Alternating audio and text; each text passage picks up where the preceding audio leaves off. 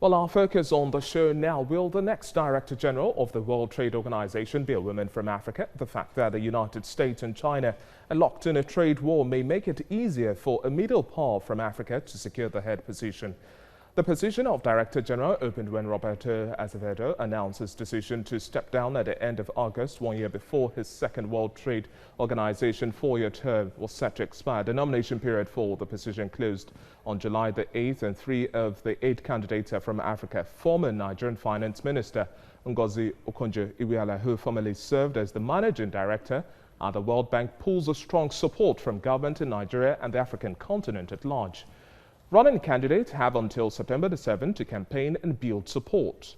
Mrs. Okonjo Iweala, who beat another candidate from Nigeria for the nomination, was also a leading candidate to become the World Bank president in 2012. And just recently, President Cyril Ramaphosa expanded his country's Economic Advisory Council with the appointment of Dr. Ngozi Okonjo Iweala as a member. Joining me now live in our Lagos studio to discuss this development and much more is economist and Chief Executive Officer of Finance with Mukhtar Muhammed. Good to have you on the show this morning. Now, let's start off with your take on a bid so far, the support from Africa, and a book, Reform the Reformable, and how much this gives an insight into her leadership. The World Trade Organization is one of the most important multilateral bodies. What does this mean for Nigeria? Well, it's good news for Nigeria, it's good news for Africa, especially if she happens to get the note. But we'll have our own challenges, being an African and coming in with the kind of pedigree she has. That should also be an advantage for her instead of being a disadvantage for her. And knowing that she's in a lot of board of international organizations, she has been at the World Bank, she has been at the IMF. Like she said during our interview with the World Trade Organization panel, and she made a very categorical statement that said, I have the experience to bring both US and China to the table so that we can talk. And it's going to be good for especially less developed nations, developing nations, because she will know how to go in between them and make a good trade deal, especially now when we have that challenge between the United States and China. And she has a lot of support from Nigeria, from ECOWAS, but the EU is a little bit silent about it compared to what they were saying before. No doubt she pulls a very strong support, being one of the top 3 that we are looking at. But at the end of the day, do you think the support from Africa and the support from Nigeria is enough at this point in time? No. I don't think it will be enough. You know, the World Trade Organization is a global player. I think Nigeria will need the support of other less developed economies in the world also to be able to clinch that ticket. And I think with the issues with China and the United States of America, that could work for our advantage, because we know that the Chinese will be ready to maybe support Nigeria because of the kind of business interest they have here in Nigeria. And also the United States also might be ready to support her because of her pedigree, being that she has all her life been working from most of the headquarters in the United States of America. And let's now talk about the task ahead if she emerges as the Director General of the World Trade Organization. This is quite a tasking period, especially looking at dwindling oil prices, looking at the fact that we have the US-China trade tension also escalating. We have issues around 5G technology and how this is supposed to redefine the business climate. We have Africa still contending with a whole lot of issues, and Nigeria still has its intrinsic internal shocks it has to deal with. Wielding all of these all together, how much of work does she have before her? A lot of work, but again, she's somebody that is experienced. Like you said, your Reform the Reformable in this book, you see how he was able to bring Nigeria economy to where it was as far many years of military regime. Also, she was in the IMF, and the World Bank also. She did a lot of work there. I don't think if you can operate in a difficult terrain like Nigeria or a difficult terrain like Africa, I don't think it will be so much of a problem for her. But it's going to be a very Herculean task, especially with the pandemic, especially with the trade and in terms of tension, trade volume, and trying to balance trade between the developed and the underdeveloped nations also will be a very good challenge. And she will definitely have a big challenge, because in terms of infrastructure, she needs to find a way to bring the African continent, especially the poor continent of the world, trying to see how they could gain from most of these trade agreements, because it seems that most of the trade agreements are tailored towards the developed nation, living at the underdeveloped and developing nation. I think that would be a Hercules task for her, especially because she comes from one of these underdeveloped nations. So it could be a challenge, because maybe the world superpower might think he's playing to the gallery to help his own people. I think that's where she will need to have a balance, and I think she have the pedigree and the experience to be able to balance that up.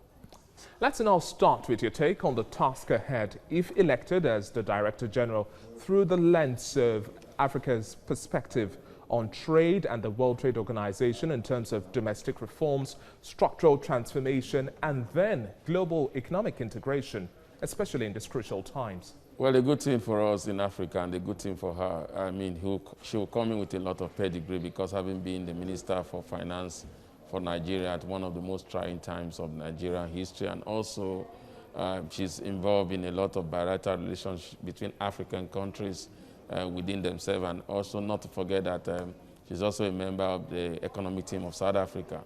And we know we have the African Trade Agreement that also have been signed into law. She was part of the people that drafted those documents, even if it was behind the scene.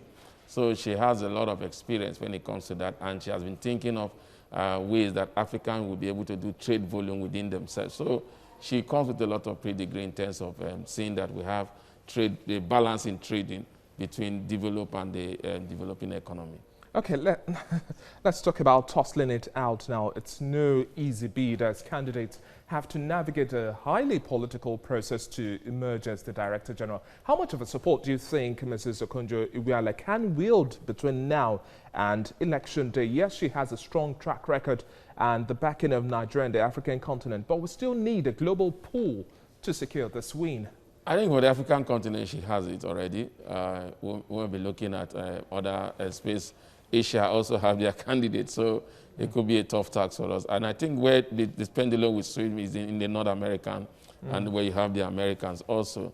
And I think she stands a lot of chance in those places because of her pedigree, having been at the World Bank and also having been on the board of Twitter and other international-based organizations. I think that will tilt a lot of favor towards her in those part of the world, because she's been doing a lot of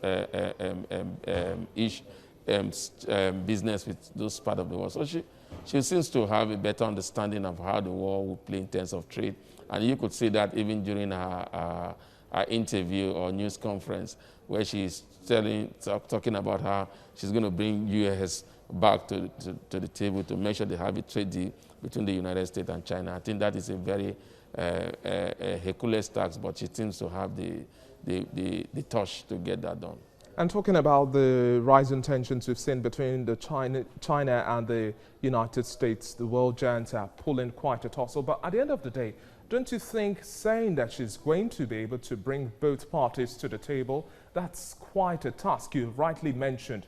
How feasible is this in terms of managing the level of optimism and not promising without fulfilling? No, it's very visible. You need to know what the issues are between the United States and China. You understand trade talks as how they're strained. Business has to do with tariff, have to do with investment. So those are things that Ngozi Okonjo Iweala, having worked in the World Bank, she has those experience to be able to bring all these various parties to the table. And not to forget that she definitely have a relationship with most of the major corporations in both countries, and she's going to bring her experience to bring them together and see how they can forge a good bilateral relationship. And just before I let you go now, some analysts of the thoughts that are looking at the task she has ahead of her, and also looking at the boards in which she heads and the councils and the membership she's a part of. At the end of the day, it's almost pulling itself in so many different directions, and that's quite going to be a situation to deal with. Which should she be most strategic with now, and which should she win herself off? I think when the time comes, when she becomes the World Trade Organization DG, she knows what to do. She's a woman that when she knows that I cannot perform in this position any longer, she has a way of resigning or telling the truth. You saw that play out when she was minister in Nigeria, when she was moved from finance to foreign affairs. And she felt it's a space that she couldn't perform. She resigned her appointment. I think that will not be a problem she knows how to balance her act and know her strong point. I don't think it will be any major problem for her. She remains a woman of many sides, and we can only wish her the very best in this process. Thank you very much, Mukhtar Muhammed, A pleasure. for your time on the show this morning.